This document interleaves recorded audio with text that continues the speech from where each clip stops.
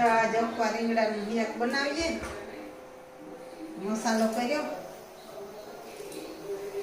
હે પેલી બી નાખ્યા કૂટાડે, લસણવાળી ચટણી ને હળદર ને મીઠું. આ ધાણા નાખવાના હે છે. થોડીક મેથી નાખી મોરેલ, ઝીણી ઝીણી મોરેલ. વઘાર મારતા